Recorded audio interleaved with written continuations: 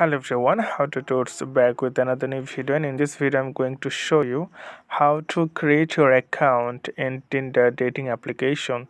So you can see I already download this from Google Play Store. If you use iPhone, then go to App Store and download this application, and after that simply tap on your Tinder app. Then you can see there are three ways you can create your account. The first option, login with Google, is really simple and easy. I recommend you can do this thing, or you can log in with Facebook and log in with phone. So it's depends on you, but I prefer to log in with Google. So simply tap on your login with Google. Once you tap on that, then you will see all your Gmail ID.